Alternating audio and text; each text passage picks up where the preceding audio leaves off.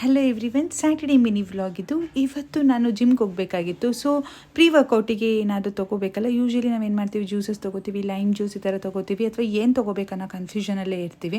So pre ವರ್ಕೌಟ್ಗೆ ನಿಮಗೆ strong ಆಗಿರಬೇಕು, 1 hour workout ಮಾಡೋದು, 1-2 ಅವರ್ಸ್ ವರ್ಕೌಟ್ ಮಾಡಬೇಕು, ಅಥವಾ 1 ಅವರ್ ವರ್ಕೌಟ್ ಮಾಡಿದ್ರೆ ಸುಸ್ತಾಗದೆ ವರ್ಕೌಟ್ ಮಾಡ್ಕೊಬರ್ಬೇಕನ್ನೋದು ಎಲ್ಲರೂ ಡಿಸೈರ್ ಆಗಿರುತ್ತೆ. ಸೊ ನಾನಿಲ್ಲಿ ಲಡ್ಡೂಸ್ ಮಾಡ್ಕೊತೀನಿ. ನಾನು ಡ್ರೈ ಫ್ರೂಟ್ಸ್ ಲಡ್ಡು ಇರ್ಬೋದು, ಫ್ಲೇಕ್ ಸೀಡ್ ಲಡ್ಡು ನಾನು ಆಲ್ರೆಡಿ ಪ್ರೀವಿಯಸ್ ವಿಡಿಯೋದಲ್ಲಿ ಅಪ್ಲೋಡ್ ಮಾಡಿದ್ದೀನಿ, ಚೆಕ್ ಮಾಡಿ. ತುಂಬ ಚೆನ್ನಾಗಿತ್ತು ಅದು ಕೂಡ. ಆ್ಯಂಡ್ ಈವನ್ ಇದನ್ನು ಕೂಡ ಟ್ರೈ ಮಾಡಿದೆ, ತುಂಬ ಚೆನ್ನಾಗಿ ಬಂದಿತ್ತು. ನಿಮಗೆ ಸ್ವೀಟ್ ಬೇಕಿದ್ರೆ ಆ್ಯಡ್ ಮಾಡ್ಕೋಬೋದು.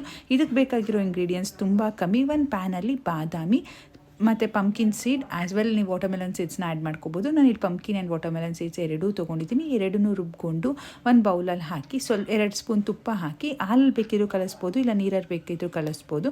ನಾನು ನೀರು ಯೂಸ್ ಮಾಡ್ಕೊಂಡು ಕಲಿಸಿದೆ. ಲಡ್ಡು ಥರ ಕಲಿಸ್ಕೊಂಡು ನಾನು ಯೂಶ್ವಲಿ ಒಂದು 3 to 4 ಡೇಸ್ ನನಗಾಗುತ್ತೆ. ಒಂದು 4-5 ಲಡ್ಡೂಸ್ ಮಾಡ್ಕೊತೀನಿ.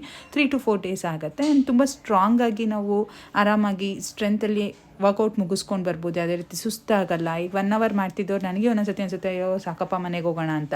ಆ ರೀತಿ ಎಲ್ಲ ಅನಿಸಲ್ಲ. ನೀವು ಕೂಡ ಟ್ರೈ ಮಾಡಿ, ಇಷ್ಟ ಆದರೆ ಕಮೆಂಟ್ ಮಾಡಿ. ನಿಮಗೆ ಸ್ವೀಟ್ನೆಸ್ ಬೇಕು ಅಂದರೆ ಹಸಿ ಖರ್ಜೂರ ಆ್ಯಡ್ ಮಾಡ್ಕೊಂಡು ರುಬ್ಕೊಳ್ಳಿ, ತುಂಬ ಚೆನ್ನಾಗಿರುತ್ತೆ.